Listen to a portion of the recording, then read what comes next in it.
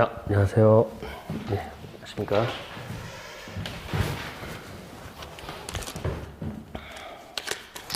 자, 여러분들하고 우리 건설업 회계 세무실무 같이 공부하게 될 김강호입니다. 안녕하세요. 반갑습니다. 책이 여전히 벽돌책이죠. 예, 엄청 두껍네요. 이걸 이제 우리 이틀 동안에 16시간에 공부하는데, 이게 보면은 책 목차를 한번 보셨어요? 예, 이게 내용이 건설과 관련된 전반적인 내용까지 다 있다 보니까 양이 굉장히 많죠. 예. 그래서 이 공부할 때 크게 원래 이렇게 두 틀이에요. 제목이 이제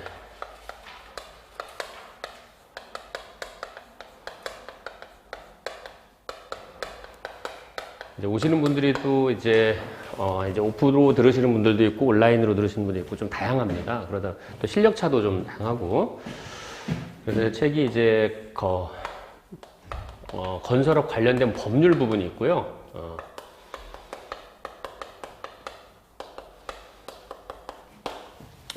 그래서 이제 주택법이라든지 아니면 이제 재건축이나 재개발 관련된 법률도 다양하게 다 나와요. 그래서 이 책은 그 내용도 일부 법률 사항도 들어가 있어요. 그러다 보니까 양이 좀 많고, 순수하게 이본 수업의 제목처럼 건설업 회계하고 건설업 세무하고를 이렇게 크게 나눕니다.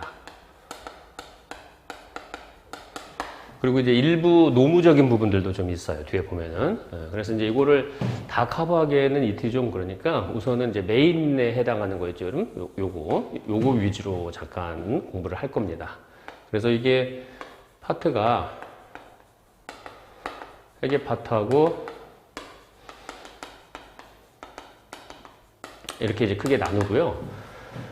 건설업 회계는 여러분 아시겠지만 우리나라는 회계 기준이 지금 2개 있잖아요. 그죠? 예, 상장 기업에서 쓰는 회계 기준을 뭐라고 하냐면 우리 IFRS라고 하죠. 예, 국제 회계 기준이라고 하고, 그다음에 비상장 회사에서 쓰는 게 이렇게 있죠. 예. 그래서 여기는 건설 관련된 법률 규정 회계 규정이 있지만은 요 근래에는 국제 회계 기준 같은 경우는 건설 관련된 부분이 없어지고, 그러니까 예전에는 좀 있었는데 수익인식 규정에 통합이 돼 버렸어요. 그래서 이게 거의 비슷합니다. 많이 차이는 없으니까 거의 많이 유사해요. 그래서 요 부분, 건설업 회계 부분을 한번 먼저 또 할 거고요. 그다음에 또 조금 더 복잡한 게 이거죠, 실은. 요거야 개정 과목하고 손익 수익 인식하는 거 이런 거 위주로 하면 되는데, 건설업 세무가 제일 이제 양이 많은 게 이제 제일 기본적으로 할 게 부가세, 그 다음에 법인세, 그 다음에 일부 지방세, 그리고 일부 인지세, 이렇게 해서 크게 4파트로 나눌 거예요. 그러니까 이 양만 하더라도, 실은 부가세만 하더라도 이제 공부 제대로 하면은 하루는 걸리는데, 이제 그렇게까지 할 시간이 없으니까. 그래서 이 크게 법률사항 요 4개 하고, 해무하고, 요거 하고, 그리고 시간이 조금 더 되면은 일부 이제 업종이잖아요. 업종. 그래서 시행이라든지, 네. 그 다음에 재건축이나 재개발 관련된 사항들까지 할 수 있는 시간적 여력이 있으면 거기까지 조금 몇 개 케이스를 같이 해보도록 하겠습니다. 그러니까 나머지 부분들은 관련된 법률이 뭡니까? 이걸 다 공부하긴 그렇고, 이제 우리의 메인을 위주로 공부를 하자는 거고요. 아마 오늘 정도에는 양이 좀 많은 것들 위주로 하고, 요런 법률 위주로 여기까지 나갈 수 있으면 좋겠지만 요걸 하고요. 그 다음에 내일 이 정도 하고 다시 좀 일부 업종별 케이스 들어가서 같이 연습해 보도록 하는 것을 같이 하기로 했습니다. 그러니까 이제 먼저 뭘 공부하는지 정도만 간단하게 보세요. 그리고 이제 첫 시간은 조금 쉬운 얘기부터 할게요. 우리가 가장 기본적으로 알아야 될 용어들이 있잖아요. 하다못해 내가 혼자 신고를 하거나 손익을 계산하거나 이럴 수 있으려면은 기초구조를 알아야 될 용어들이 있는데, 그거부터 이제 하나씩 짚어가면서 첫 시간은 공부를 하도록 하죠. 자, 그래도 목차 한 번만 잠깐 봐주세요. 그래도 시간이 되시면은 이거를 좀 버리지 마시고 그냥 책을 배우시고 나서도 책꽂이 하나 꽂아가지고 관련된 규정을 찾아보기나 이런 거는 좀 좋으실 겁니다. 그래서 1장은 가장 이제 건설업의 특징이나 이해 요소들 있죠. 그래서 거기 어떤 용어들에 대한 설명이 기초적으로 먼저 나오고요. 2장으로 가시면 이게 건설 관련된 건설산업기본법이라든지 하도급 관련된 법률, 그다음에 주택법 이런 것들이죠. 그래서 그 관련된 법률 중에서 알아야 될 사항들인데 이거는 이제 뭐 다양하게 이제 구성이 되어 있기 때문에 관련된 건축법이나 이런 것들을 여러분 참고하실 것만 하시고요. 이거를 메인으로 볼 건 아니고 관련된 부분만 연구를 그리고 필요한 사항이 있으면 제가 그 부분 와가지고 다시 말씀을 또 드립니다. 그리고 3장에 가시면은 이제 이 책에서 보면 양이 좀 제일 많은 건데 건설업의 부가세 실무 있고 하다못해 뭐 세금계산서 발급이나 수정이라든지 공급 시기는 언제로 해야 되는지 계약서 상에 어떤 사항을 주요시했니 뭐 이런 거 있잖아요. 계약서 잘못 쓰면은 완전 부가세에서 엄청 또 깨질 수 있는 거니까 그런 것들에 대한 얘기를 쭉 하고요. 3장이 좀 몇 장 더 돼요. 좀 넘어가셔서 있고 자 4장이 건설업 계정별 회계와 세무 실무라고 되어 있죠. 뭐 잘 아시겠지만 여러분 건설업은 일반 우리가 회계를 좀 공부했다라고 해도 이제 이 특수한 몇 개 업종은 별도의 회계 룰이 따로 있죠. 그래서 이 건설업이나 이제 의료업 같은 경우는 별도의 그 회계 기준이 있어요. 리스라든지 이런 것들처럼. 그래가지고 거기서 쓰는 일반 이게 좀 특수한 계정들, 하다못해 자산부채 자본 계정 정도는 다 체크를 하고 아까도 얘기했지만 수익 계산 정도는 할 줄 알아야 되잖아요. 진행률에 맞춰서 수익을 어떻게 인식할 거나 이런 거 정도는 할 줄 알아야 되니까 거기에 관련된 얘기들을 쭉 하는 곳이다라고 보시면 됩니다. 그리고 그다음에 5장에 가시면은 건설공사 공사원가 계산. 그럼 우리가 이제 이 국가에 신고하는 재무제표에서는 여러분 손익계산서 또는 포괄손익계산서라고 있지만은 건설업이나 제조업은 별도의 명세서를 따로 제출하게 돼 있죠. 건설업에서는 뭐냐면 공사원가 명세서라는 걸 제출하죠. 제조업은 제조원가 명세서라는 걸 제출을 하게 돼 있어요. 근데 하다못해 공사원가 명세서 안에는 어떤 계정들과 어떤 내용들이 들어가야 되는 정도를 아셔야 되잖아요. 그죠? 우리가 이제 보통은 이제 제조든 건설이든 여러분 크게 세 가지 원가가 기본이에요. 재료비, 노무비, 기타 경비 이렇게 들어가는데 건설업은 그거 말고도 외주비 계정이 더 많이 들어가죠. 예, 그래서 외주비 등 해서 이제 뭐가 있는지 이런 얘기를 거기 쭉 표시하고요. 그다음에 오른쪽에 보시면 6장에 건설업의 수익 비용 인식이라고 되어 있죠. 그럼 뭐 잘 아시겠지만 여러분 건설업은 기본적으로 수익 잡으려면 어느 기준에 맞춰서 인식하게 되어 있어요? 진행 기준이죠. 예, 그래서 진행 기준이라는 게 뭐고 어떻게 계산하고 또는 경우에 따라서 진행률 파악이 안 되면 우리가 완성 기준이라고 하잖아요. 그건 또 어떻게 계산하는 것이고 뭐 이런 거에 대한 얘기를 하는 곳이라는 얘기 보시면 되고요. 그리고 이제 한번 이제 예로도 우리가 살펴볼 거고 그리고 이제 거기에 따라서 하고 또 하나는 이제 뭐 도급 계약 같은 거 어떻게 할 거냐 이런 얘기고 그다음에 7장은 이제 재무제표 다 확인이 되면은 이제 건설업의 법인세 실무. 그래서 세법에서는 이걸 인정하고 있는지 법인 결산할 때, 법인 세무 조정할 때 어느 정도까지 인정하는지 이제 거기에 대한 얘기를 쭉 보시면 됩니다. 쭉 그리고 이제 8장부터는 이제 개별적인 업종이라고 보시면 돼요. 도급공사에 주의해야 될 세무 실무. 그래서 공동도급이라든지 약정의 살급. 그다음에 9장은 재건축 재개발, 각종 정비 사업과 관련된 실무. 그다음에 10장은 공동사업. 그다음에 11장 기부 체납과 사용 수익자 예산이 있는 경우. 그렇죠? 요즘에는 뭐 기부 체납이 많이 언급이 또 되는 부분들이 있으니까. 그리고 12장은 시행사. 그렇죠? 시행사와 관련된 분양 수익 같은 거 인식하는 거 있죠? 13장 주택 신축 판매업과 부동산 매매업. 많이 이게 큰 회사 말고 작은 회사는 이거 업종 판단하는 것부터 알아야 되거든요. 주택 신축 판매가 뭐고 부동산 매매업은 뭐냐 뭐 이런 거. 그리고 14장은 건설업과 관련된 각종 조세 특례라는 건 이제 세액공제 감면 이런 거죠. 우리가 보통 이제 중소기업 특별세액 감면이나 창업 중소기업이라든지 연구인력개발 세액공제 이런 것들이 있잖아요. 그런 것들에 대한 얘기고 15장이 이제 건설업에서 또 하나 알아야 될 세법이 지방세와 종부세죠. 그죠? 최소한 이게 지방세가 그 중에서 뭐 제일 언급이 많이 되는 게 아무래도 취득세죠. 취득세와 관련된 거라든지 일부 재산세, 그다음에 종합부동산세 이런 거에 대한 기본적인 개요 정도는 알고 계셔야 되니까 그런 거 공부하고 16장이 우리가 건설업의 인지세 1,000만 원 넘는 공사에 대해서는 여러분 인지세 납부 의무가 있죠. 그래서 인지세에 대한 양은 많지는 않아요. 그래도 최소한 요거 세금 정도는 내야 되는지 안 내야 되는지 정도는 알아야 되잖아요. 그래서 그런 얘기들을 쭉 하고 그 다음에 17장은 양 많죠. 건설업의 이제 주식계 이거는 그렇게 높지는 않아요. 주식거래니까 이제 우리가 이제 보통면 상장 주식이야 사고 팔면 되지만 비상장 주식은 평가해가지고 가액을 산정하게 돼 있죠.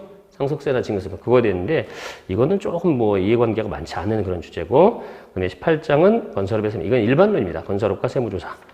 뭐 세무조사는 뭐 건설업과 관련돼서만 특징적이 있는 게 아니고 그냥 일반론을 적은 거니까 이거는 이제 공부하면서 그때그때 제가 또 말씀을 드릴 거고, 그 다음에 19장과 20장이 이제 노무 쪽이에요. 산재나 고용보험 실무나 국민연금과 건강보험 이런 관련된 사항이고, 그 다음에 21장은 건설업 자체 시공능력평가나 실적신고 이렇게 해서 나옵니다. 보시면 알겠지만 쭉 보면 여러분 아까 얘기한 대로 건설 관련된 법률 파트, 노무 파트, 세무 회계가 다 들어가 있기 때문에 책이 이렇게 두꺼운 거예요. 그러니까 그 중에서 이제 우리는 먼저 해야 될 부분들 요거를 정리를 하면서 가도록 하겠습니다. 자, 그러면 1장을 잠깐 먼저 갈까요, 여러분? 처음이니까 조금 쉬운 것부터 가죠. 자, 거기 건설업의 개요라고 되어 있는데 다 뭐 그래도 아마 실무를 하시거나 현장에 계시는 분들이 많으실 테니까 기본 사항이라고 생각하시고 편하게 그냥 보겠습니다. 첫 번째가 보면 파란색 글씨로 돼 있죠. 건설업은 다른 업종과 달리 재무제표 작성 목적이 다릅니다. 그렇죠? 네. 그리고 건설업은 아무래도 이제 규제가 많은 거죠, 업종 중에서도. 예, 규제가 많은 거고, 그래서 거기 네 번째 줄 정도 보시면은 특히 이제 실질자본금 심사, 그리고 적격심사, 시공능력평가, 그다음에 신용평가를 위한 경영비율 분석, 뭐 유동비율이나 부채비율 이런 거, 그다음에 입찰 요건에 따른 양원 점수는 재무제표 작성이 다른 업종과 다르게 조금 더 의미가 있습니다. 그죠? 네, 그래서 우리가 뭐 가장 기초적인 얘기들이죠. 실질자본심사 같은 건. 자, 그리고 한 장 또 넘겨보시면은 두 번째가 건설업은 하시면서 세금계산서 작성 시점인 공급 시기가 매우 중요합니다. 그죠? 계약서 하나 잘못 쓰고 계약서에서 뭐가 포인트인지도 모르고 계산할 때, 그죠? 세금계산서가 계약서가 안 맞아서 불필요한 가산세 등의 부담금과 생길 수 있잖아요.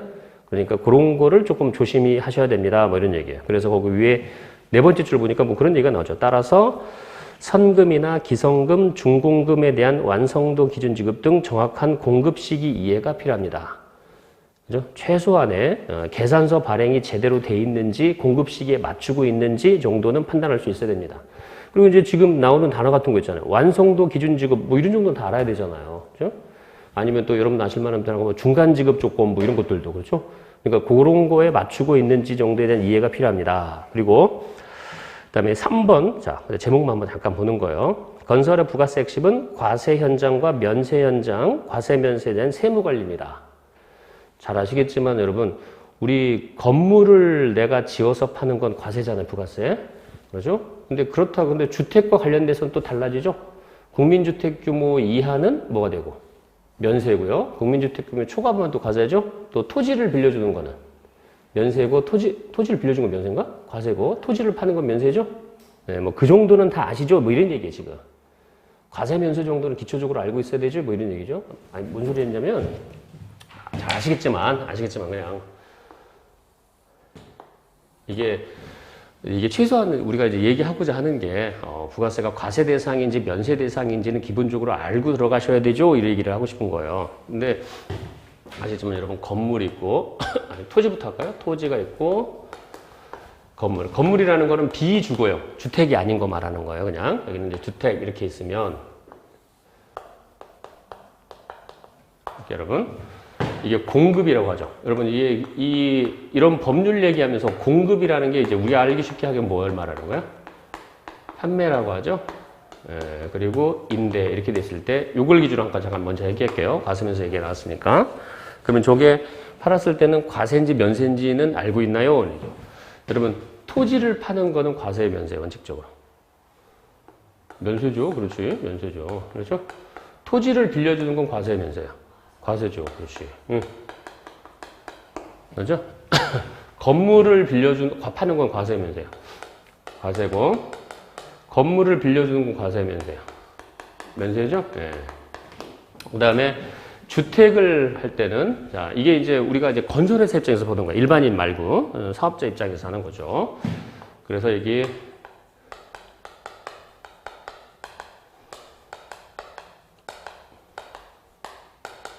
이렇게 나눠야 되잖아요. 그러죠? 그래서 서울 같은 이제 도시 지역에서는 몇 제곱미터 하냐면 85제곱미터를 말하죠. 국민주택 규모라는 건. 그것도 전체 분양 면적 말고 전용 면적 기준으로 얘기하죠. 그죠? 네, 뭐 그런 건 다 아실 거예요. 그래서 요거는 뭐가 되고 과세. 여기는 또 뭐가 돼요? 면세죠. 그죠? 그럼 주택의 임대는 과세면 돼요. 그렇죠. 면세죠. 그렇죠? 예. 그죠? 가장 기본이에요. 이 소리잖아, 이런 거. 이거는 알고 들어가죠. 뭐 이런 거니까. 예? 그냥 보세요. 그냥 그런 거. 그 다음에 현장에 대해서 한다는 것, 여러분, 우리가 그렇잖아요. 오피스텔도 짓고, 상가도 짓고, 주택도 지을 수 있는 거잖아요. 건설이라는 게. 그럼 그런 거 공급하는 거가 과세면세인지는 알아야 되는 거 아닙니까? 세무의 기초는 뭐 이런 거고요. 그 다음에 네 번째 보시면, 자, 건설업 개정 과목은 다른 업종과 달리 개정 과목이 좀 많죠. 뭐, 아까 말했던 공사 미수금, 공사 선수금부터 해가지고 분양수익부터 해서 뭐 이런 거 많잖아요. 그죠? 그리고 가설제부터 해가지고 뭐 감가상각 물건도 다른 업종에 비해서 조금 많고 개정 과목도 많아요. 그죠?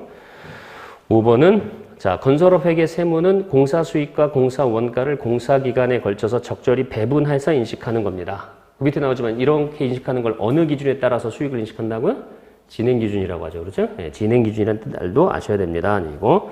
근데 또 재밌는 게 그러잖아요, 여러분. 진행 기준이라는 거는 회계나 세법, 법인세에서 인정하지만 부가세에서는 또 진행 기준이 아니죠? 네, 그래서 그 표현. 자, 네 번째 줄 한 번만 읽어볼게요. 이 경우 이제 귀속 시기를 위배하게 되면 가산세 등 불이익을 받게 되고요. 따라서 부가가치세법상의 과세표준과 법인세법상 수익금액의 차이, 즉 거래 시기 또는 진행률 차이를 조정한 후에 수익금액 명세서에 그 차이를 조정해야 됩니다. 건설업 회계나 세무라는 건 이렇게 수익을 인식하는 시기가 각각 회계나 법마다 조금씩 다를 수가 있어요. 그러니까 그거를 조정하는 것도 아셔야 됩니다. 그리고 다섯 번째, 건설업은 노무비 비율이 매우 높은 업종입니다. 그죠? 아무래도 다른 것보다 인건비 비중이 높다. 뭐 이런 얘기고. 특히 이제 일용직이나 잡부 비중, 우리 보통 오야지라고 얘기하는 사람들 있죠? 그 비중이 높습니다. 뭐 이런 뜻이고. 일곱 번째, 종합건설회사의 경우 외주비 비율이 높은데, 그렇죠. 다른 업종과 다르게 외주와 관련된 비용이 많죠, 여러분? 그리고, 이거 잘 아시겠지만은, 자, 보통.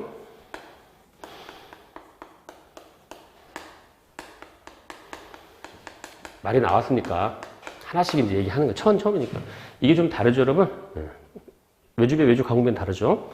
가장 기본적인 차이는 뭐예요, 여러분? 뭐에 대한 부담이 있느냐 없느냐면 원재료 부담을 어떻게 하느냐는 얘기죠. 만약에 여러분들이 이제 원래 저한테 도급을 줬어요. 근데 뭐라고 하냐면 요거 만들어줘. 만약에 유리창이라고 할까요? 유리창 만들어줘. 그러면은 여러분들이 저한테 유리를 사서 주는 건 아니잖아요. 유리창 자체를 만들어서 가져와 이렇게 얘기하는 거죠. 납품하라는 거죠. 그럼 그런 비용을 뭐라고 그래요? 외주비죠. 그렇지? 예. 그죠? 그런데 여러분들이 저한테 재료를 공급해 주면서 이거를 만들어서 다시 줘라고 하면은 그럼 저는 여러분들한테 가공만 해주는 거지 재료까지 구입해서 들어간 건 아니잖아요. 그럴 때 뭐라고 하죠? 외주 가공비라는 거죠. 상대적으로 건설은 요 비중이 좀 높은 거죠? 예, 그런 개념이고.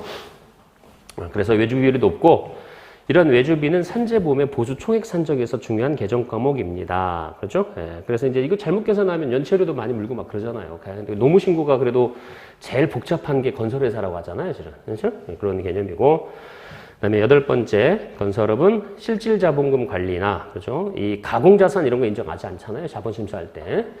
그리고 경영평가 등 입찰 목적으로 재무제표를 작성하게 되므로 실질 주식가치도 높게 평가되는 경우가 많습니다. 특히 이제 이익을 부풀리거나 할 때 이 재고자산 부분을 조금 더 높게 평가하는 경우들이 있죠.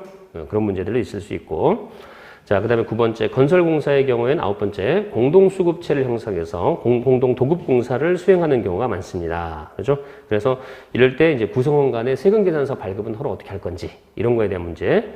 그다음에 10번, 11번째, 건설업은 4대 보험 관리와 신고가 매우 중요합니다. 그죠? 그래서 산재나 고용보험과 관련돼서 신고하는 것도 좀 아셔야 됩니다. 보수총액 산정이라고 하죠? 그런 것도 필요합니다. 자, 이런 것들이 기본적인 얘기고, 자, 한 장 다시 넘겨볼게요, 여러분. 자, 그 다음에 그 건설업에서 얘기하는 그 관련 당사자를 표시하는 문구들. 그래서 거기 정리를 잘 해놨어요, 여러분.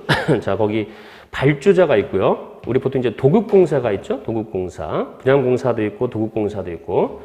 그리고 도급을 받아 1차 주체를 수급인이라고 하고 수급인이 다시 도급을 주는 걸 하수급이라고 하죠. 자, 그러면 용어들 한번 잠깐 보죠, 여러분. 건설산업기본법에서는 여러분 시행사를 발주자라고 표시하고, 예를 들어 종합건설사업자를 우리가 수급인 또는 원도급이라고 하고, 원도급자라고 하고, 전문건설사업자를 하수급인, 하도급자라고 얘기한다. 이런 얘기죠. 아는 얘기예요. 아는 얘기인데 그래도 다른 법률에서 어떻게 표시하고 있는지만 한 번 더 보시라는 얘기예요. 하도급법에서는 발주자, 원사업자, 수급사업자 이렇게 표시가 되고, 건축법에서는 건축주, 그 다음에 공사시공자, 그 다음에 전문건설은 공사시공자 이렇게 보시고, 주택법은 사업의 주체를 시행사, 그리고 도정법에서는 사업의 시행자를 시행사라고, 그다음에 보험료 징수법에는 발주자, 원수급인, 하수급인 이렇게 표시가 합니다. 그래서 이제 많이 이제 얘기하는 게 아까 말한 발주자나 수급인, 하수급인 관계를 제일 흔히 많이 쓰는 표현이다. 뭐 이런 얘기예요. 그래도 관련된 법률에서 그때그때 용어가 다르니까 저런 표현들도 같이 이해를 좀 해주시면 되고요. 자, 그럼 발주자를 잠깐만 얘기해요. 동그라미 1번 한번 볼까요? 발주자는 완성된 건축물의 소유자로 도급인이라도 부를 때도 있고, 건축주, 지주, 사업주, 주체, 부동산 개발업자, 부동산 분양공급업자 등 다양한 용어로 불립니다. 발주자는 수북인인 종합건설사업자한테 우리가 도급을 의뢰하고 기성에 따라서 공사비를 지급하고 완성된 건물을 분양하거나 임대 등 유형자산으로 소유하게 되는 주체를 말하는 겁니다. 그죠? 다 아시는 용어예요. 그래도 처음이니까. 자, 그 다음에 오른쪽 잠깐 보시면은 동그라미 2번 보세요. 자, 발주자한테 도급계약에 의해서 도급을 받는 1차를 수급이라고 하죠. 자, 거기 두 줄만. 수급인은 도급계약의 주체로 건설계약에 대한 공사에 대한 총괄적인 책임과 하도급자에 대한 관리 책임 등 도급인에서 우리가 채무 불이행 의무를 지게 됩니다. 그죠? 네, 그래서 그 표현, 그런 게 수급이다 하고 한 장만 넘겨볼게요. 이제 계산서 발급 의무나 이런 것도 이제 나중에 언급을 하겠습니다, 이거는. 자, 동그라미 3번 보시고 하수급인 볼까? 하수급인은 도급인과 직접적인 계약의 당사자는 아니므로 하도급 대금을 수급인으로부터 1차 도급인으로부터 지급받게 되고 발주자한테는 직접 청구할 수 없습니다. 다만 건설산업기본법에 따라서 하도급법 시자주에 따라 수급인이 파견하거나 직불합의 등의 사유가 있을 때는, 즉 합의가 이루어지지 않을 때는 도급인에게 하도급 대금을 직접 지급을 청구할 수도 있습니다. 관련된 일부 건설산업기본법에 의해서 청구는 가능하다. 이런 얘기죠. 자, 그렇게 보시면 되고. 자, 그래서 근데 이제 참고로 거기 할 때 계산서 할 때 조금 조심할 거는, 자, 밑에서 세 번째 줄만 보세요. 동그라미 3번에. 자, 수급인과 직불합의에 따라서 도급인으로부터 공사 대금을 지급받는 경우에도 하수급인은 수급인한테, 수급인은 도급인한테 세금 계산서를 각각 발급해야 됩니다. 그죠? 예, 그래서 우리가 먼저 합의가 이루어지지 않아가지고, 여러분, 하수급인이 이 공사대금을 직접 받는 경우가 있잖아요? 그래도 계산서 발행은 직접 끊는 게 아니라는 얘기죠. 하수급인은 수급인한테 끊고, 수급인은 도급인한테 이렇게 끊어서 단계별로 가는 게 해당 법률, 현재의 원칙이다. 뭐 이런 뜻이고요. 자, 됐습니다. 그렇게 돼 있고, 뭐, 설계는 뭐 다 아시죠? 설계도, 여러분들이 또 나오겠지만은, 설계자는 말 그대로 건축물에 대한 설계를 담당하는 자고, 대부분의 설계는 여러분 건축물에 대한 얘기니까 당연히 세금계산서 발급이 됩니다. 하지만 아까 봤던 대로 국민주택 규모와 관련된 설계는 계산서 발급이죠? 예, 그렇게 그 정도는 다 아실 거라고 봅니다. 자, 그렇게 돼 있고, 한 장 또 넘겨보세요. 50페이지. 동그라미 5번에 감리자 알죠? 여러분, 감지? 그러니까 지도 감독하는 자를 우리 감리자라고 하죠? 다 아시겠지만, 그래도 한 번만 더 볼게요. 건축법상 정의입니다. 공사 감리자란 자기 책임으로 건축물이나 건축 설비, 공작물이 설계 도면, 도서의 내용대로 시공됐는지를 확인하고 품질 관리, 공사 관리, 안전 관리에 대해서 지도 감독하는 자를 말하는 겁니다. 그죠? 근데 아시겠지만 여러분, 감리는, 모든 감리는 여러분, 국민주택을 초과하든 말든 그렇지 않든 모두 다 당연히 다 과세로 가죠? 예, 국민주택과 관련된 직접적인 공사 관련된 건 아니니까 모두 다 우리가 감리는 세금계산서 발급 의무가 있는 겁니다. 이런 얘기죠. 자, 그렇게 돼 있고, 그다음에 뭐 도급계약, 하도급계약 이런 용어들은 다 아실 거라고 봅니다. 그다음에 원사업자, 수급사업자도 마찬가지로 여러분, 원사업자는 이제 위탁을 받은 1차로 받은 사람을 말하니까 참고만 하시고요. 자, 그 다음에 양가로 4번에 건설업의 정의라고 나오는데, 여기, 건설의 의미는 여러분, 자기가 직접 건설하는 것만 건설로 보지 않고 타인에게 건설을 위탁하는 것도 건설의 일부로 보죠. 그죠? 뭐 그런 얘기들이니까 참고로 보시고요. 다음에 5번 잠깐 볼까요, 여러분? 5번. 알아야 될 단어. 예약매출이라는 단어와 도급공사라는 단어가 있죠. 자, 예약매출이란 자체사업이라고 하는 게 여러분 아시겠지만 자체사업은 내 땅에다가 내가 지어서 분양까지 가는 걸 말하죠. 가장 쉽게 얘기해서 여러분, 그렇죠? 내가 여기 이 내 땅에다가 오피스텔을 지어가지고 상가를 지어서 분양을 한다라는 개념이고, 뭐 아파트도 마찬가지입니다. 그리고 도급공사는 내 땅이 아니라 우리죠, 건물주가 나한테 공사를 의뢰해서 내가 지어주고 그쪽에다 다시 넘겨주는 걸 말하는 거죠, 공사를. 그래서 그걸 이제 도급공사라고 하죠. 그래서 자체 사업이나 외주 알겠지만 여러분 이걸 왜 구분하냐면 수익의 인식 시점이 달라지죠. 그래서 그런 거죠. 자, 볼게요. 예약매출 보세요. 예약매출이란 아파트, 상가 등을 신축 분양하는 경우와 같이 매매 목적물의 견본이나 안내서와 함께 판매 조건을 매수 희망자한테 제시하고 그 대금의 일부나 전부를 먼저 수령한 후 매매 목적물을 나중에 제조 건설해서 인도하는 형태의 매출을 말한다. 이렇게 하면 잘 이해가 안 될 수 있는 가장 여러분이 알고 있는 예약매출 대표적인 게 뭐야? 아파트 분양이죠? 그죠? 우리 왜 아파트 하면 뭐 처음에 계약금, 1차 중도금, 2차 중도금 하고 다 잔금까지 하고서 이제 공사 끝나잖아요. 그러면 거기서 이제 다 짓고 나면은 이제 소유권 넘겨주는 거죠. 아파트에 대한. 그걸 한마디로 얘기할 때 예약 매출이라는 거죠. 그죠? 왜 도급공사는 토목, 건축, 산업설비공사 같이 원도급, 하도급, 위탁 기타 명칭이어도 불구하고 건설사업자가 건설공사를 완성할 것을 약정하고 상대방이 그 일의 결과에 대해서 대가를 지급할 것을 약정하는 계약에 의거해서 수행하는 공사를 말한다. 아니죠.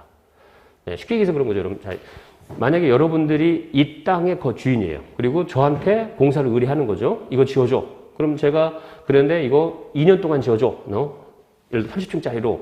그러면 여러분들은 저한테 오더를 주는 거잖아요. 그러면 제가 거기를 다 지어서 여러분한테 이거 다 지었으니까 나머지 돈 주세요라고 하는 형태의 계약을 뭐라고요? 도급이라고 하는 거죠. 그죠? 네, 그렇게 해서 나옵니다. 자, 그렇죠. 다 실만한 얘기니까. 자, 한 장만 넘겨볼게요.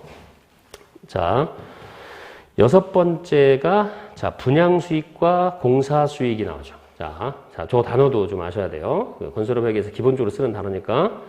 분양공사는, 자, 가로 열고, 분양공사를 예약매출이라고 해요. 예약매출은, 이것의 수익은식은, 자, 뭐가 원칙이라고요?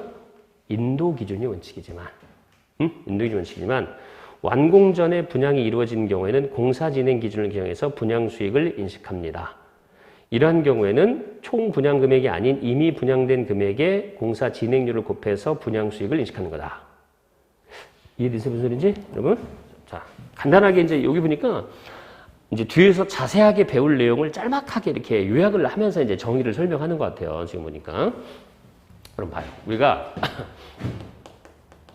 아파트 한 채가 아파트를 분양하는데 아파트를 건설해서 분양까지 하는데 여러분, 당연히 그러면 이제 예약 매출 형식으로 분양을 하겠죠. 총 1000세대예요. 1000세대. 그런데 만약 그냥 단순화시켜서 한 세대당 5억씩 분양을 해요. 만약에 5억씩 일반 분양이랑 가정할게요. 5억씩 분양을 해요. 근데 그 중에서 올해 말까지 2022년도 말까지 계산해 보니까 전체 400세대가 분양이 된 거예요. 그런데 400대 분양이 됐고 이게 진행률을 보니까 아직 그 공사가 다 끝난 건 아니에요. 60% 정도가 공사가 진행이 됐어요. 그러니까 여기서 이제 예약 매출에 따라서 분양 수익을 잡을 때 얼마로 잡을 거냐 이런 얘기예요. 그러면 봐요, 여러분. 계산이 너무 복잡한 거. 이게 1000세대라고 하면 너무 크죠. 그냥 간단하게 얘기해서 그냥 할게요. 그냥 10세대라고 다 할게요. 그냥. 이해하기 쉽게 그냥. 원래 더 커야 되지만 너무 커져가지고. 잠깐만. 10세대인데 4세대를 분양했다고 그럴까요? 숫자를 좀 간단하게. 그럼 봐요, 여러분. 지금 보니까 이거는 수익을 잡을 때는 아무리 10세대를 분양하는 거라도 실제 수익은 아직 4세대, 4개만 분양됐잖아요.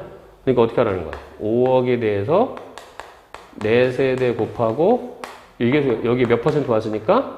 60% 왔으니까. 그럼 이게 20억이잖아요. 20억이 60%니까 얼마만큼만 수익으로 본다?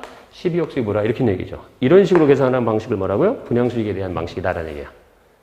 그러니까 전체 수익을 잡는 게 아니라 너 분양된 것만큼 따져봐. 계산해봐.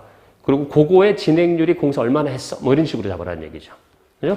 그렇게 이런 마시고 자, 그 다음에 도급공사는 여러분 이렇게 하는 게 아니죠, 여러분. 몇 채 분양 이런 게 아니잖아요. 오더를 그냥 도급을 받아가지고 작업한 거에 전체를 묻는 거죠. 그래서 도급공사 수익인식은 착공과 진행 과정 중에서 공사 원가가 발생하면 해당 공사 비용으로 집계해서 공사 원가로 대체 처리하고 동공사 원가에 의해서 공사 진행 기준이나 공사 완성 기준에 의해서 공사 수익을 인식합니다. 대부분은 공사 진행 기준으로 가죠. 그런 거죠. 자, 개념만 잠깐 말씀드려야 되니까 여러분. 자, 도급공사 수익은 대략 어떻게 처리하느냐 이거 나올 때 이런 도급공사 얘기 나오면 어떻게 하라는 얘기냐면 여러분 우리가 이 건물을 만약에 짓는데 여러분들이 저한테 오더를 준 게 도급을 준 게 80억에 공사하도록 줬어요. 80억 공사요. 그럼 여러분들은 원가로 80억이지만 제 입장에서는 제 건설회사 하면은 저의 전체 수익이 80억이겠죠. 그죠? 이게 3년짜리 공사예요. 3년짜리 공사고. 근데 보니까 올해 자 뭐예요? 예상하기를 총 예상 원가가 저는 이거 한 60억 정도 공사하는 거예요, 원래. 그러니까 여러분들이 저한테 80억 도급을 줬지만은 제가 공사 원가 예상 한 60억 정도 되는 거야. 근데 단기까지 발생한 원가가 30억이에요. 여러분, 그러면 전체 원가 중에서 30억을 썼다라는 건 몇 퍼센트를 썼다라는 거예요? 50%를 썼다는 얘기죠. 물론 원가로 할 수도 있고 면적으로 할 수도 있어요. 근데 조금 더 이해하기 쉽게 원가로 한 거예요. 그러면 저는 올해 단기 중에 도급에 의한 수익은 얼마로 잡아야 된다고요? 80억이 저한테 전체 수익인데 이거에 몇 퍼센트 왔으니까 50% 왔으니까 얼마만 수익이 된다? 40억 수익이다 이런 얘기죠. 네, 이렇게 잡아라는 얘기야. 이렇게 몇 채 분양 이런 개념이 아니니까 아까처럼 뭐 4세대 분양 이런 거 하지 말고 저한테 되는 것과 진행률 계산해서 이만큼만 수익한다. 이런 식으로 계산하는 걸 뭐라고요? 도급공사 방식의 한 수익이다. 뭐 이런 얘기죠. 그렇게 하는 겁니다. 여러분 그러면 자 봐요. 여기서 둘 다 공통적으로 들어가는 데이터가 뭐예요? 진행률이죠. 그렇지. 진행률이지. 그죠? 그래서 왜 건설업 회계의 가장 기본적인 단어가 진행률이잖아요. 또는 진행 기준이라는 단어. 그지? 몇 퍼센트 왔냐가 나와야지만이 이게 집계가 되는 거니까. 그래서 그 얘기예요, 여기서는. 분양건, 공사건, 기본적으로 진행률을 파악할 수 있으면 진행 기준에 맞춰서 수익하는 거예요, 지금. 그런 거죠. 근데 여러분 잘 아시겠지만 그거는 뭐 할 때는 이 회계 얘기할 때, 회계. 얘네들 얘기할 때는 별개죠? 이거 얘기할 때는. 네, 이거 또 다른 거예요. 그러니까 문제가 룰이 하나면 괜찮은데 요거 할 때 룰이 다르고 요거 할 때 룰이 다르고 요거 할 때 룰이 다 다르죠. 그러니까 문제가 생기는 거지. 그렇죠? 그래서 알아야 되는 거고. 그래서 어쨌든 이거는 수익 비용은 여러분 다 아시겠지만 건설업의 회계 얘기할 때란 뜻이에요. 그렇게 구분하시고. 자, 몇 개 단어만 좀 왜냐면 반복적으로 자꾸 나올 거니까 미리 말씀을 드리는 거예요. 자, 8번째 거 보세요, 여러분. 자, 또 하나 알아야 될 때가 중간 지급 조건부와 완성도 기준 지급 조건부라는 단어가 나오죠. 여러분 이 단어는 여러분들이 계약서 만들고 세금 계산서 발급할 때 알아야 할 단어죠. 그죠? 그러죠? 응? 그래서 여러분 자 중간 지급 조건부란 잠 볼까요? 계약금을 받기로 한 날의 다음 날부터 재화를 인도하는 날, 재화를 이용 가능한 날, 용역 제공이 완료될 날까지 기간이 자 여러분 6개월 이상인 경우 그 기간 내에 계약금 외의 대가를 분할해서 받는 경우를 말한다. 그냥 알아듣기 쉽게 쓰면 되겠지만 알아주면 법률 용어다 보니까 다시 여러분 중간지급 조건부라는 건 계약금 받아서 공사 끝날 때까지 예를 들어 준공이라고 할게요. 그냥 기간이 얼마가 지나가야 된다고요? 6개월이고 돈은 몇 번 이상 나눠받는 걸 말하는 거야. 거기 보시면 여러분 계약금 말고 뭐 분할해서 받는다라는 거는 총 몇 번을 받아야 돼요? 최소한 3번이라는 얘기죠. 계약금 말고 분할이라는 얘기는 계약금 따로, 그다음에 중도금 따로, 잔금 따로 이런 소리예요. 그러니까 우리 일하다 보면은 그렇잖아요, 여러분. 계약금이 얼마요? 중도금 1차, 2차, 그리고 잔금 얼마 이렇게 일을 해준단 말이에요. 근데 그 기간 전체부터 보니까 6개월이 넘어. 그런 공사를 뭐라고요? 중간지급 조건부로 이루어진 공사라 이렇게 얘기한다요. 알겠죠, 여러분? 네, 그런 단어들. 그다음에 또 하나가 완성도 기준 지급 조건부. 거기 건설공사 등에 대한 도급에 대한 대급 지급 조건으로서 당해 건설용의 제공이 완료되기 전에 그 대가를 당해 영무의 완성도에 따라서 분할해서 받기로 하는 약정에 의해서 공급하는 것을 말한다. 그러니까 이게 정의를 써놓은 건데 아시겠지만 뭐 정의가 뭐 한번 읽었다고 해서 확 마음에 가슴에 와닿는 표현은 아니잖아요. 네. 쉽게 얘기해 뭐냐면 여러분 그런 거 혹시 계약서 여러분들 뭐 계약서 또 하시는 분들이 있으니까 실무니까 우리 왜 그러면 자 우리가 30% 일을 하면 당신도 30% 일한 거에 대해서 검수를 해가지고 나한테 돈을 청구하라. 도급계약 같은 그럴 수 있죠, 여러분. 50% 진행했으면 50%에 맞게끔 대금을 청구하라 이런 얘기죠. 어느 정도 공사가 진행됐으면 그거 다 확인해가지고 검수가 끝나면 대금 청구가 이루어지도록 할 수 있도록 만든 계약을 뭐라고 한다? 완성도 기준 조건이래요. 그래서 30%는 30%, 뭐 50%는 50% 이렇게 일한 거에 대해서 우리가 검수해서 그거를 확인한 다음에 대금 지급이 이루어지는 게 완성도 기준 지급 조건부란 표현이에요. 아까도 얘기했지만 여러분 이게 이제 이 단어를 왜 먼저 공부하냐면 혹시 이제 건설업 같은 경우 이제 때가 되면 이제 우리 큰 회사 같은 경우 세무조사를 많이 받거든요. 때가 되면은 받는데 그 중에서 가장 기본적으로 확인하는 게 뭐냐면 계약서거죠. 그리고 계약서와 계산서 발급 시기가 맞냐 틀리냐 일치하냐.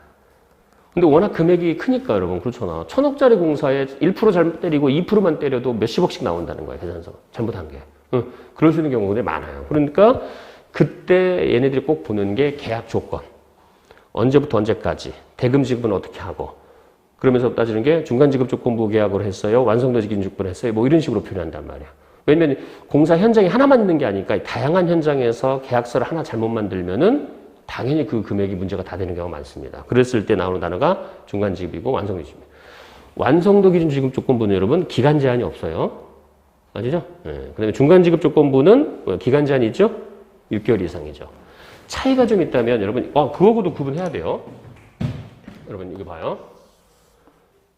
이건 뭐 건설업에서는 이렇게까지는 않지만 인도한 다음에 물건이 넘어간 다음에 대금을 나중에 받는 거죠.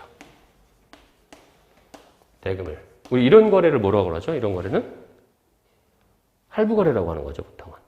이런 걸 할부라고 해요. 물건 넘어가고 돈만 나중에 받고. 근데 중간 지급 조건보다 완성도 지급 조건은 뭐예요, 여러분? 돈부터 먼저 대금이 먼저 계약금이건 중도금이건 먼저 수령이 있고 인도나 완성이 나중에 이루어지는 걸 말하는 거죠. 건설업은 그래서 이런 케이스가 아니라 보통은 이런 케이스가 일반적이죠. 그렇잖아요. 지금 읽어보시는 게 둘 다 핵심이 그거 아니에요. 먼저 돈 얘기하고 계약하고 얼마나 했어요? 6개월이 넘어야 안 넘어 이런 걸 나중에 따지는 거잖아요. 그러면 기본 전제가 완성되거나 인도되는 시점 언제? 나중에. 이런 얘기를 하는 거다. 이런 얘기예요. 그래서 그런 거래는 저런 단어들을 쓴다. 중간 지급이다. 완성도 지급 조건이다. 이런 표현들을 쓴다는 거죠. 자, 그 다음에 9번째. 건설산업 기본법에서 나오는 기초적인 용어들. 건설공사 하도급 제한이라고 나오죠. 1번. 건설업자는 도급받은 건설공사의 전부나 주요 부분의 대부분을 다른 건설업자에게 자기의 이제 동일한 건설업자한테 다시 하도급해 줄 수 없다. 같은 면허를 가진 다른 건설업자는 주면 안 되죠. 원칙이. 자, 두 번째. 수급인은, 자, 1차로 도급을 받은 수급인은 그 도급받은 건설공사의 일부를 동일한 업종에 해당 건설사업자에겐 하도급해 줄 수 없다. 그죠? 그다음에 세 번째. 하수급인은 하도급받은 공사를 다른 사람한테 다시 하도급해 줄 수는 없다. 자, 이거를 오른쪽 위에 가면 표로 만들었어요. 여러분, 잠깐 보세요. 그죠? 자, 종합건설업자는, 그렇죠? 우선 자기가 1차로 이제 수급인이 돼서 하수급인한테는 전문 건설업자한테는 줄 수가 있는 거죠. 세부공사에 대해서는. 근데 전문 건설업자는 부대 공사 중 다른 면허를 가진 전문 건설업자한테는 다시 도급을 줄 수 있죠.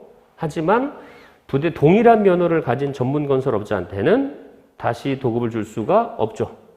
하도급을.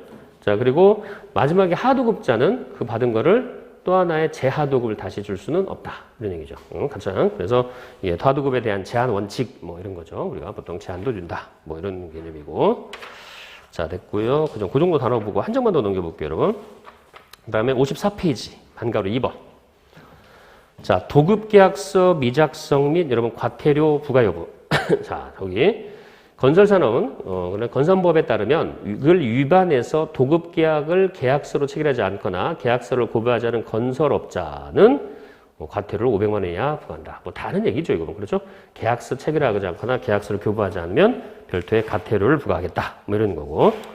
됐습니다. 그렇게 써보시고. 자, 나머지는 뭐 건산법에 대한 얘기들이니까 그 정도 보시면 되겠습니다. 자, 그 다음에 있고. 자, 그 다음에 쭉 어디로 오시냐면, 여러분, 거기 66페이지로 오세요. 66페이지.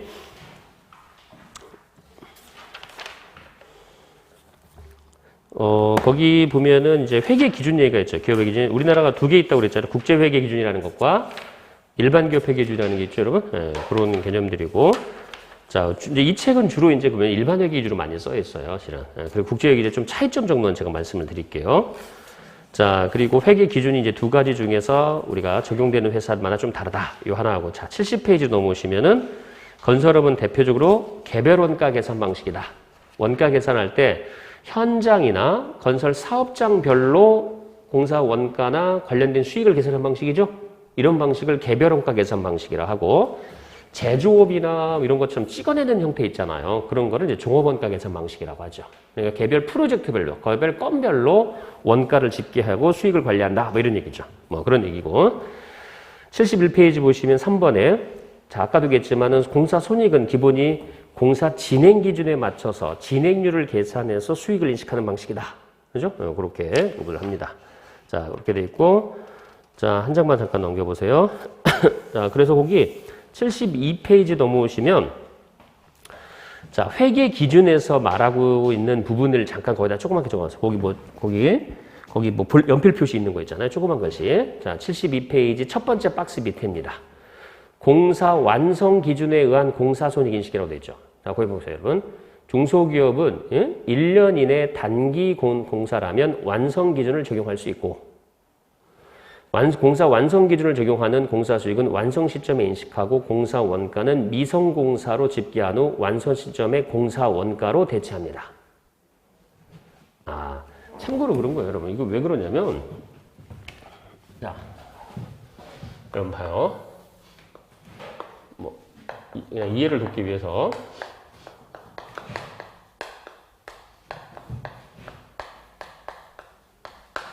만약에 우리가 공사를 하나 해주기로 했는데 기간이 짧은 1년이 안 되는 거예요. 그러면 여러분 여기서부터 여기까지 공사가 시작해서 공사가 종료됐어요. 뭐 보시면 알겠지만 한 10개월 정도 걸리는 공사잖아요. 그러면 이거 수익 잡을 때 어느 원칙으로 할까요? 라는 얘기예요. 진행 기준이라는 것은 요 기말에 가서 진행률 파악해서 공사 수익 잡고 나머지 요 부분에 공사 수익 잡고 이렇게 해야 되는지, 아니면 공사가 끝날 때 한꺼번에 해야 되는지 뭐 이런 얘기가 생기겠죠. 근데 여기도 진행률 잡아서 공사 수익하고 여기도 하면은 결국은 9개월짜리 공사임에도 불구하고 회계 기간이 두 회기간이 걸쳐 있다라는 이유만으로 두 번 작업을 해줘야 되는 거잖아요. 근데 완성 기준은 어떻게 하는 거야? 나중에서 한 번만 하는 거죠? 네, 그렇죠? 회계상의 원칙은 이렇게 하는 게 수익 잡는 게 원칙이에요? 이렇게 수익 잡는 게 원칙이에요? 그렇죠. 이게 원칙이에요. 원래는. 아니, 죄송합니다. 이거 원칙이에요. 이거 원칙이에요. 근데 중소기업에 한해서 어떻게 한다고요? 이게 가능하다라는 얘기죠, 지금? 이게 가능한 거예요. 그런데 참고로 이거는 일반 회계 기준만 그렇게 돼요. 혹시 상장회사에서 오신 분들은 IFRS를 쓰시면 IFRS는 중소기업이라고 해서 봐주는 기준이 있어요, 없어요? 없어요. 여러분, 국제회계 기준은 우리 이제 이거 잠깐 얘기했잖아요. 가장 큰 차이는 뭐냐면 여러분 일반 기업 회계 기준은 우리나라에서만 쓰는 기준이기 때문에 중소기업 회계 처리 특례라고 해서 중소기업만 조금 쉽게 해주는 기준이 있어요. 근데 이 기준은 그런 기준이 없어요. 중소기업이든 대기업이든 이걸 쓰기로 했으면 원칙대로만 가야 돼요. 아시겠죠? 네, 그래서 그거를 IFRS 쓰시면 이대로 하셔야 돼. 이렇게 하셔야 돼. 이렇게. 중소기업은 이게 가능하다는 얘기야. 그렇죠? 네, 그런 표현이니까. 왜냐면 이제 요거는 전체 회계 기준이 다 그런 줄 알고 오해하실까봐 잠깐만 말씀을 드린 거예요. IFRS 쓰시는 분들이 있으니까. 자, 그래서 이 경우에는 재무상태표에 재고자산으로 미성공사 나타내고 기성률에 따라서 세금계산서를 그렇죠? 발행한 경우에도 공사수익을 계산하지 않고 공사 선수금으로 회계 처리한다는 얘기죠. 건설업을 처음 하시는 분들이 들으면 조금 황당한 소리죠, 여러분. 뭔 소리냐면, 자, 여러분. 여기에 맞춰서 우리 세근계산서 봐야겠죠. 세근계산서.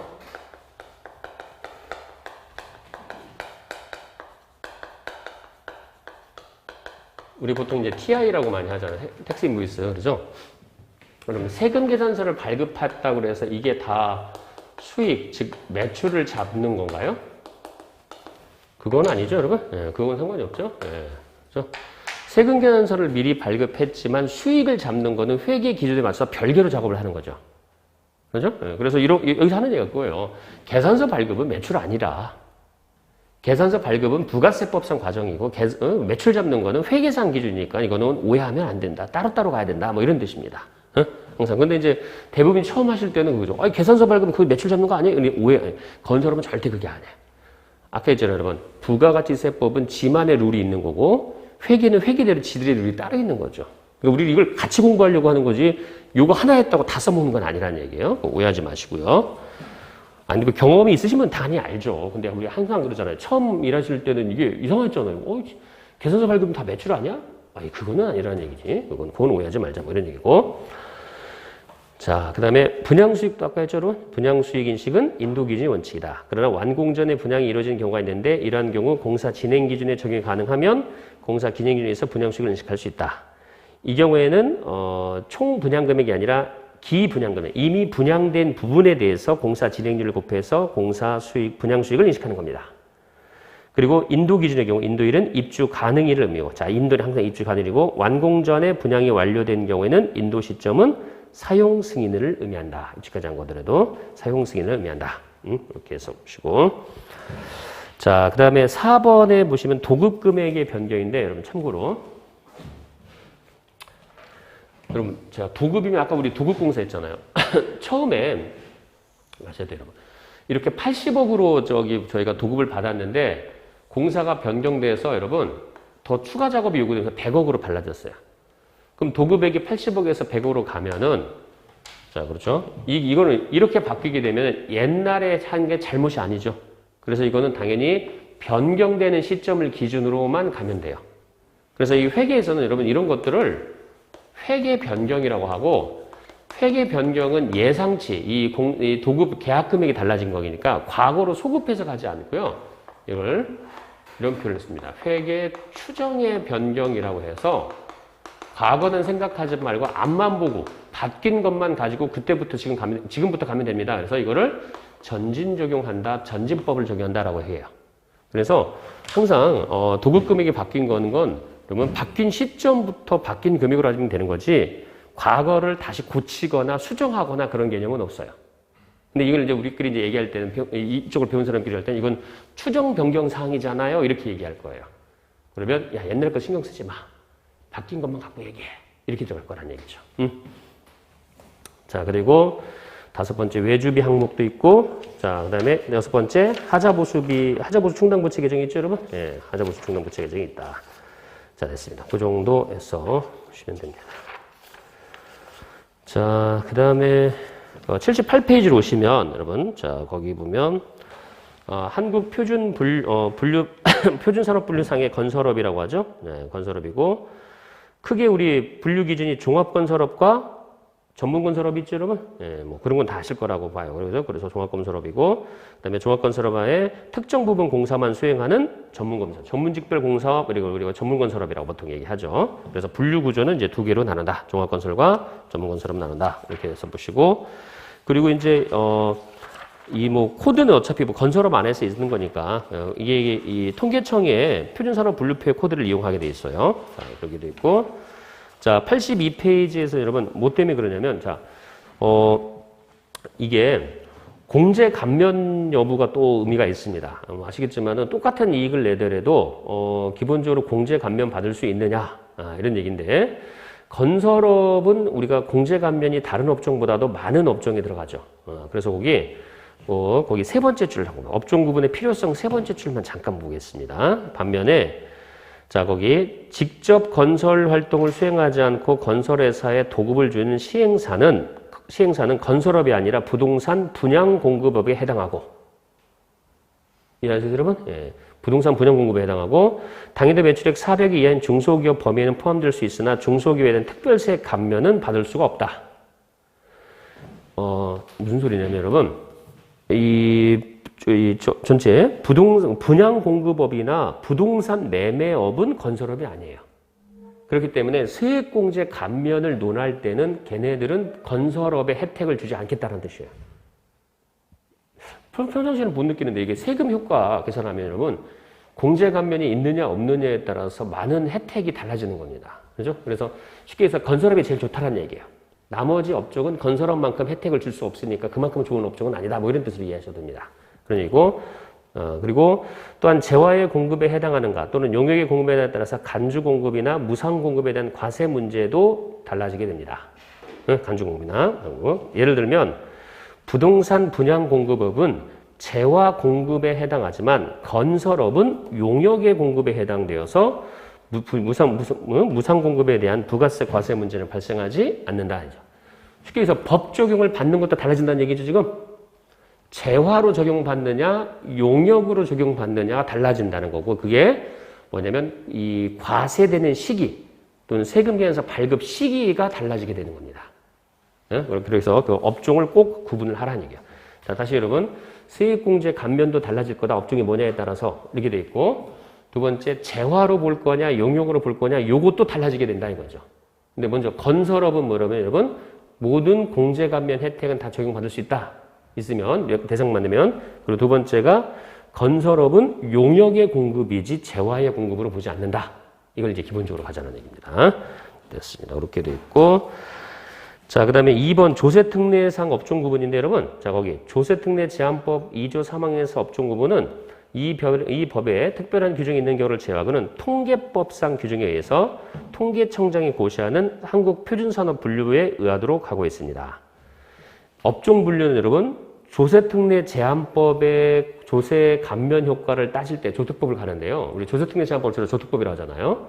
근데 그거는 자체 기준에 하지 않고 통계청장이 고시해준 한국표준산업분류표에 따라서 우리가 업종 분류를 거기에 준용해서 적용한다. 이런 뜻입니다. 그 정도만 보시면 되겠습니다.